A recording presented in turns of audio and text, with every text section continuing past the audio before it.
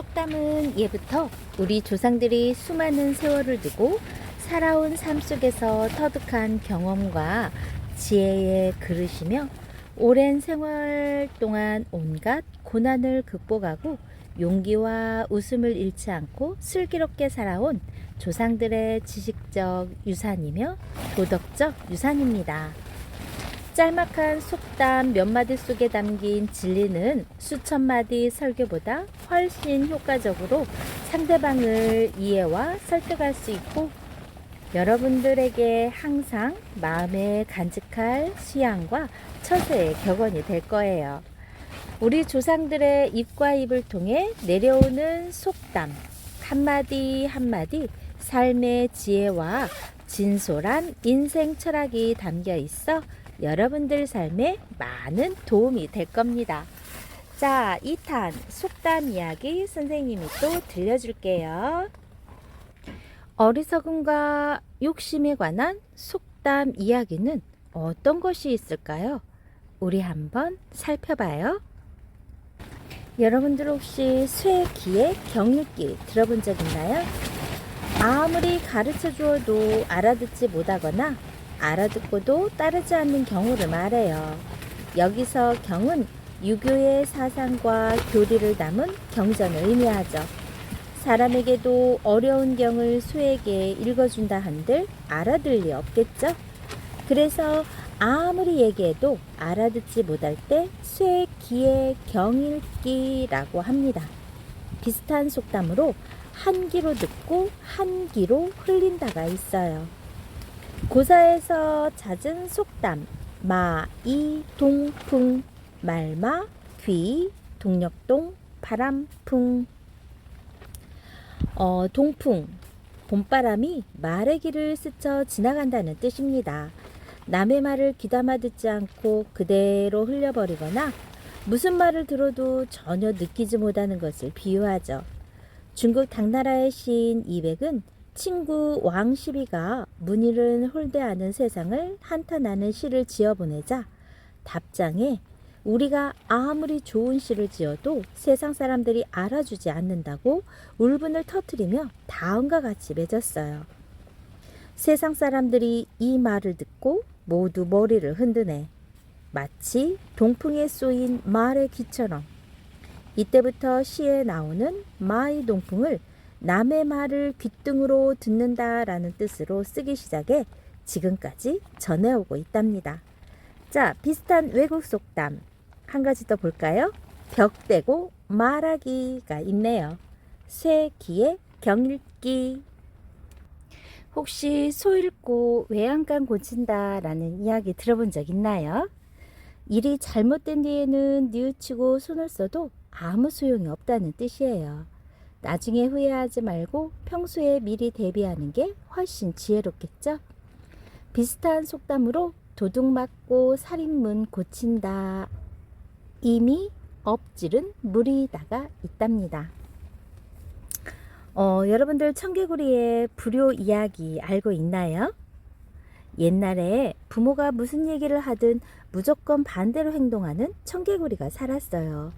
그런 자식 때문에 평생 속을 썩인 엄마 개구리는 죽으면 산에 묻히려고 자식에게 다음과 같이 유언을 남겼죠. 내가 죽거든 강가에 묻어다오. 얼마 뒤 엄마 개구리가 죽자 그제야 자신의 잘못을 뉘우친 청개구리는 유언대로 엄마를 강가에 묻었어요. 그 뒤로 청개구리는 비만 오면 엄마의 무덤이 떠내려갈까봐 걱정되어 슬프게 울었다고 합니다. 이 이야기는 비가 올 때면 청개구리가 우는 사실을 바탕으로 만들어진 구전설화예요. 말 안 듣는 아이를 가리켜 청개구리 같다고 표현하는 관용어가 있을 만큼 우리에게 익숙한 이야기죠.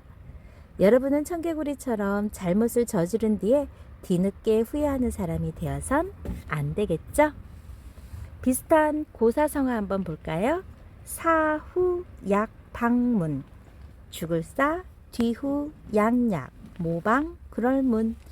사람이 죽은 다음에야 약을 짓는다는 뜻으로 이를 그르친 뒤에 대책을 세우는 어리석은 행동을 말한답니다. 사후 약 방문. 밑 빠진 독에 물 붓기.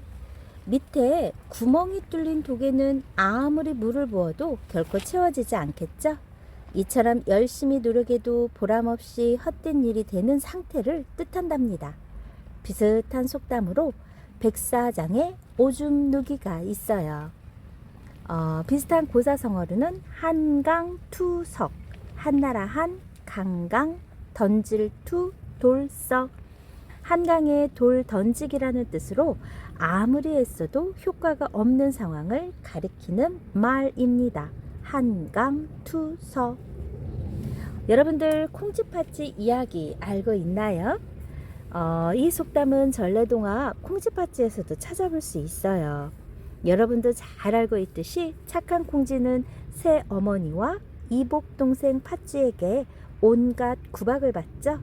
그러던 어느 날 새어머니가 외가잔치에 팥쥐만 데려가면서 콩쥐에게 밑 빠진 독에 물 길어 붓기, 벼짓기, 배짜기를 다 끝낸 후 잔치에 오라고 하죠. 사실상 불가능한 일이었기에 콩쥐는 서럽게 울었어요. 그때 어디선가 두꺼비가 나타나 독에 구멍을 막아주고 새들이 날아와 별을 찧어주어요.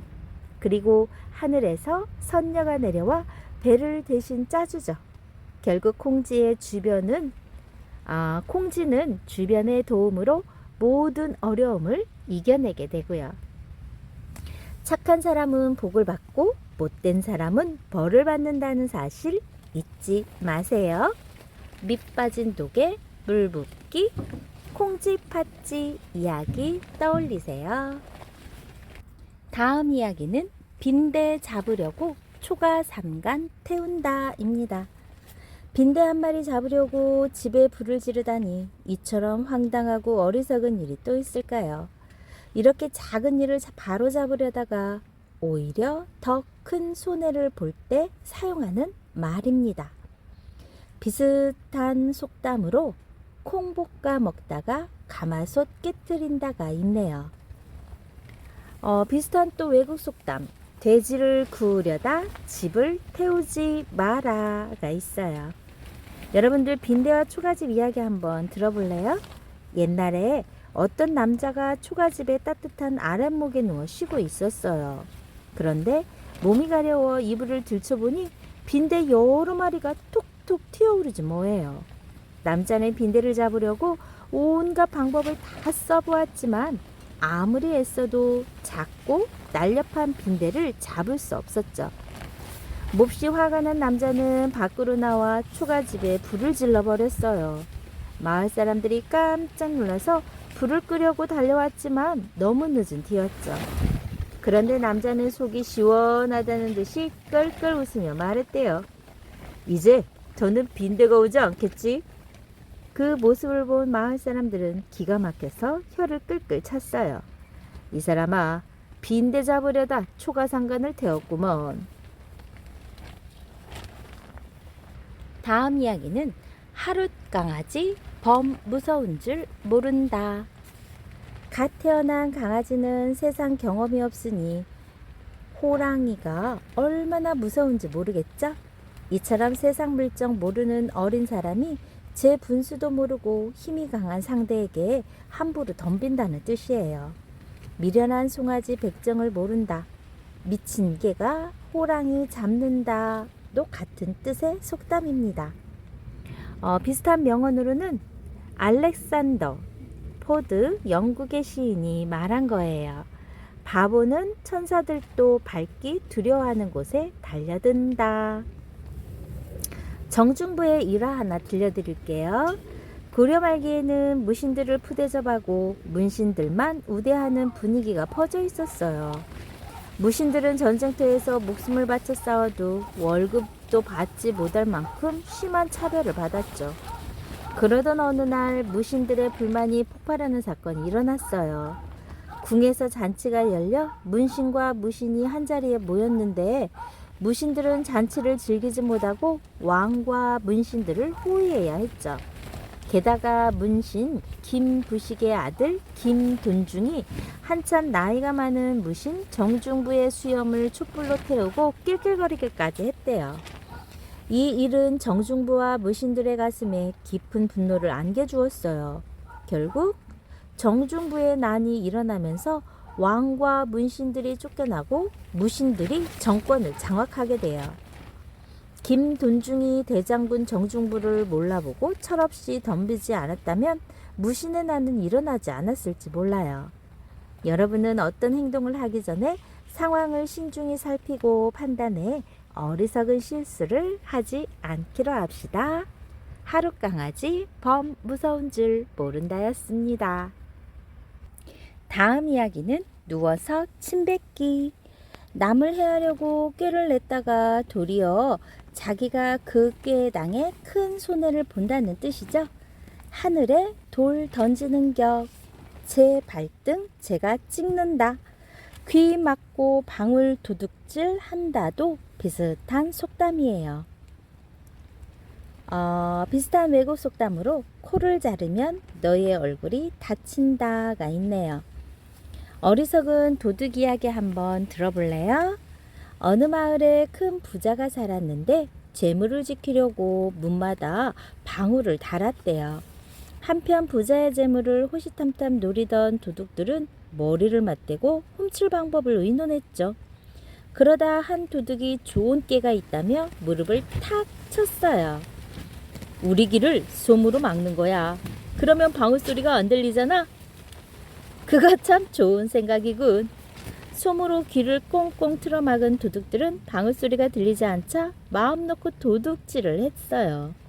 하지만 방울 소리를 듣고 달려온 부자에게 곧장 붙잡히고 말았죠. 어리석은 도둑들은 서로를 쳐다보며 어리둥절한 표정을 지었고 부자는 도둑들의 귀에서 솜뭉치를 몽땅 뽑아내며 버럭 소리쳤죠. 이놈들아! 제 귀만 틀어막으면 소리가 안 난다냐? 위 이야기의 도둑들처럼 속셈이 빤히 보이는데 어설프게 상대를 속이려 할 때 귀 막고 방울 도둑질 한다라고 말합니다. 얄팍한 속임수로 남을 속이려다가 오히려 크게 화를 입을 수 있다는 사실 꼭 기억하세요.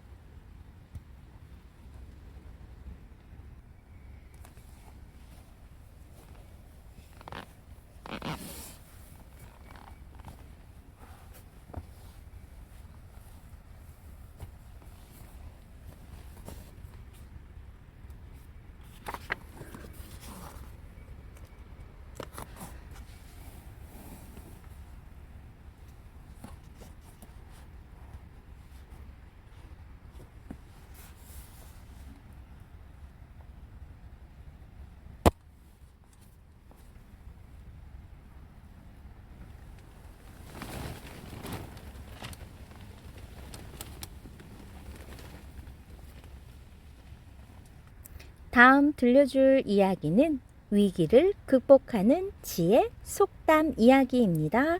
어떤 이야기가 일지 끝까지 들어보세요. 여러분들 혹시 길고 짧은 것은 되어 보아야 안다는 이야기 아시나요? 모든 일은 실제로 해보아야 알 수 있다는 뜻이에요. 그러니 어떤 일을 도전하기도 전에 지레 포기하거나 피하는 건 어리석은 행동이겠죠? 비슷한 속담으로 밥인지 죽인지는 솥뚜껑을 열어보아야 안다가 있어요. 비슷한 속담으로 푸딩 맛은 먹어봐야 안다가 있고요. 노 스님과 지팡이 이야기 하나 들려줄게요. 오랫동안 돌을 닦은 노 스님이 지팡이를 보여주며 제자들에게 말했대요. 이 지팡이를 톱이나 도끼로 자르지 말고 짧게 만들어 보아라.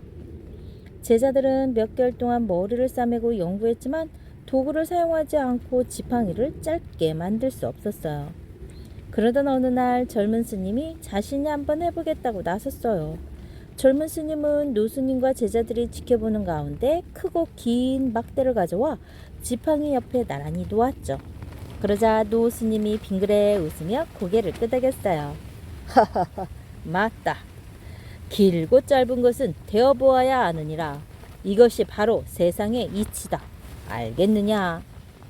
그제야 제자들은 스승의 깊은 뜻을 깨닫고 수도에 더욱 전념했다고 해요. 위 이야기에서 보듯이 지팡이를 잘라야 짧아질 거라는 선입견을 버리니 문제가 쉽게 해결되었죠. 여러분들도 겉모습이나 어떤 상황을 보고 선입견을 가질 게 아니라 직접 겪어보고 판단하는 태도를 기르는 게 좋겠네요. 길고 짧은 것은 되어 보아야 안다. 지나친 것은 모자란 것과 같다 이야기하나요? 비가 너무 많이 내리면 홍수가 나고 욕심을 부려 과식하면 체하죠. 즉 지나치지도 모자라지도 않는 균형 잡힌 상태가 중요하다는 뜻이랍니다. 비슷한 속담으로 물이 가득 차면 넘친다가 있어요. 여러분들 젊어지는 샘물 이야기 아나요? 옛날 한 나무꾼이 산에서 한참 나무를 하다 보니 목이 말랐어요. 나무꾼은 때마침 옹달샘 하나가 눈에 띄어 몇 모금 마시고 집으로 돌아갔죠. 그런데 아내가 나무꾼을 보더니 깜짝 놀라 물었어요. 아니, 당신 어떻게 그리 젊어졌어요?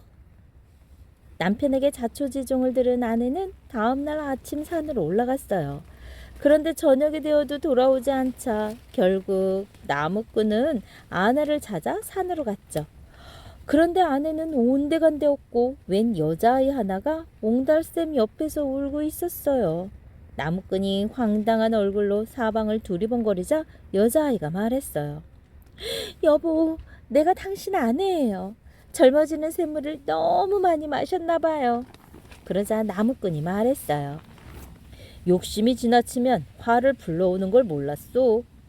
나무꾼의 아내는 젊어지고 싶은 욕심에 눈이 멀어 어리석은 실수를 저지르고 말았습니다. 이처럼 욕심이 과하면 오히려 큰 손해를 볼 수 있으니 무엇이든 적당한 게 좋겠죠? 자, 비슷한 명언으로는 공손도 너무 지나치면 예의가 아니다. 고대 중국의 사상가 공자의 말씀입니다. 우물가에 가서 숭늉 찾는다. 일의 순서도 모르고 급하게 덤빈다는 뜻으로 아무리 급해도 순서를 지켜 차근차근 해야 한다는 말이에요. 급하다고 바늘 허리에 실 메어 쓰랴. 겨울이 지나지 않고 봄이 오랴. 급히 먹는 밥은 체한다. 첫 술에 배부르랴도 비슷한 뜻을 가진 속담입니다. 수도시설이 없던 옛날에는 땅을 깊게 파고 물이 괴게 해 우물을 만들었죠. 땅을 깊게 판다고 해서 아무 데서나 물이 나오는 건 아니고 땅속에 물길이 있어야 하죠. 또 깊은 우물을 만들기 위해서는 마을 전체가 힘을 합해야 했어요. 선조들은 공동으로 사용하는 우물물을 귀하게 여겼고 우물가에서 정화수를 떠놓고 집안의 복을 빌기도 했답니다.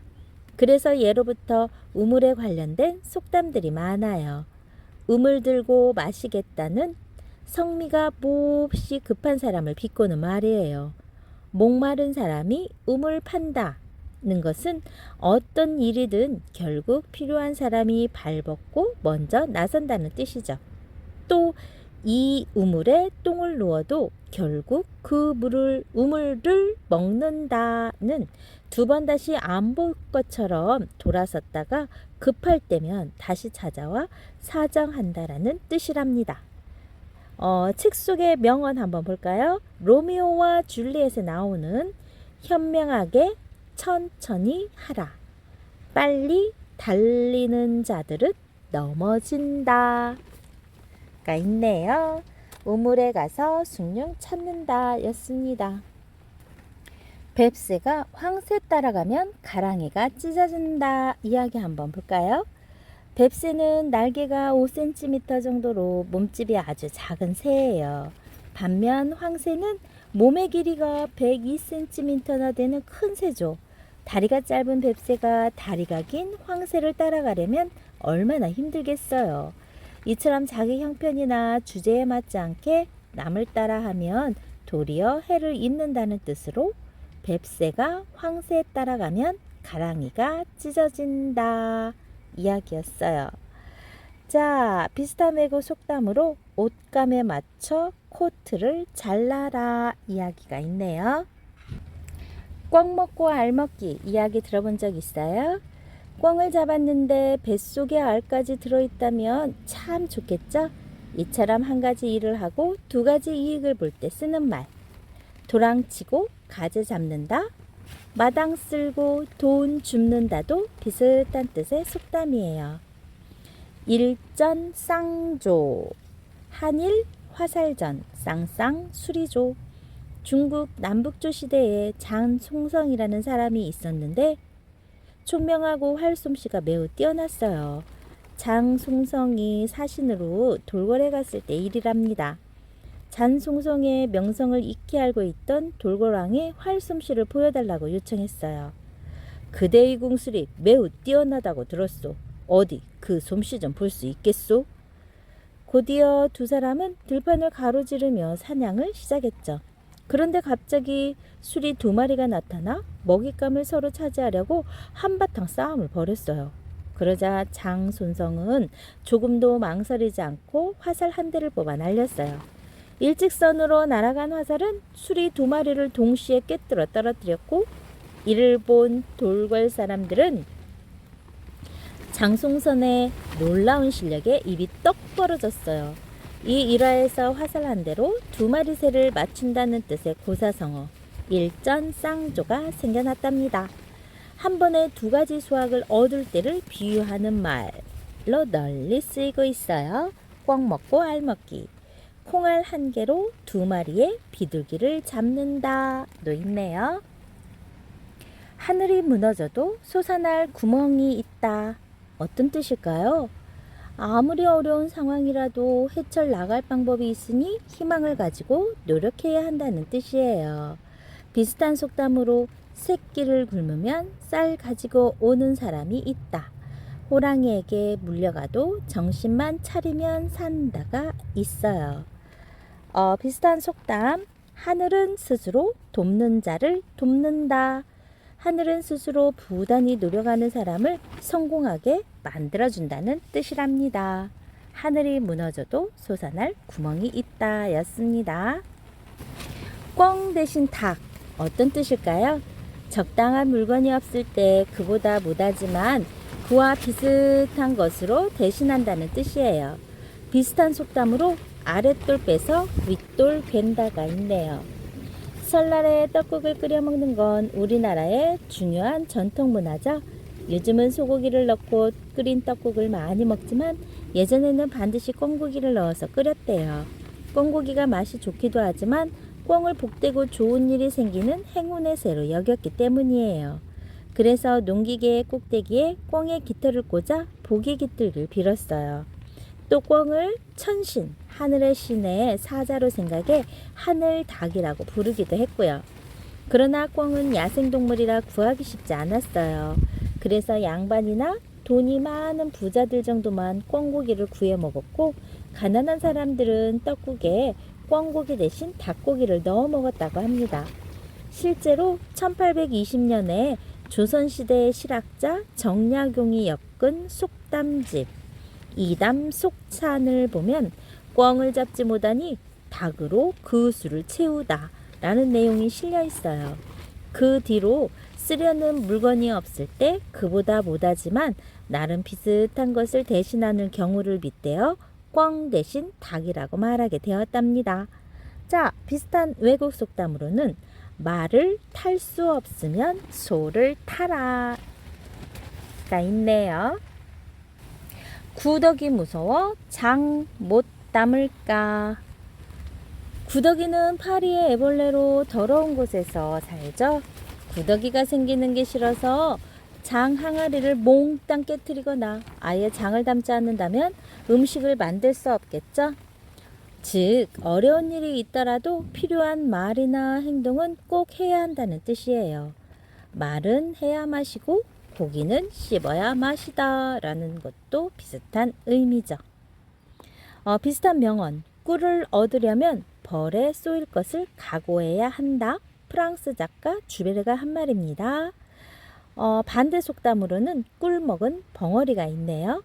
마음속에 품은 생각을 잘 표현하지 못하는 사람을 말할 때 꿀 먹은 벙어리라고 해요. 두꺼비 신랑 이야기 하나 들려줄까요? 옛날에 한 늙은 부부가 두꺼비를 아들 삼아 키웠어요.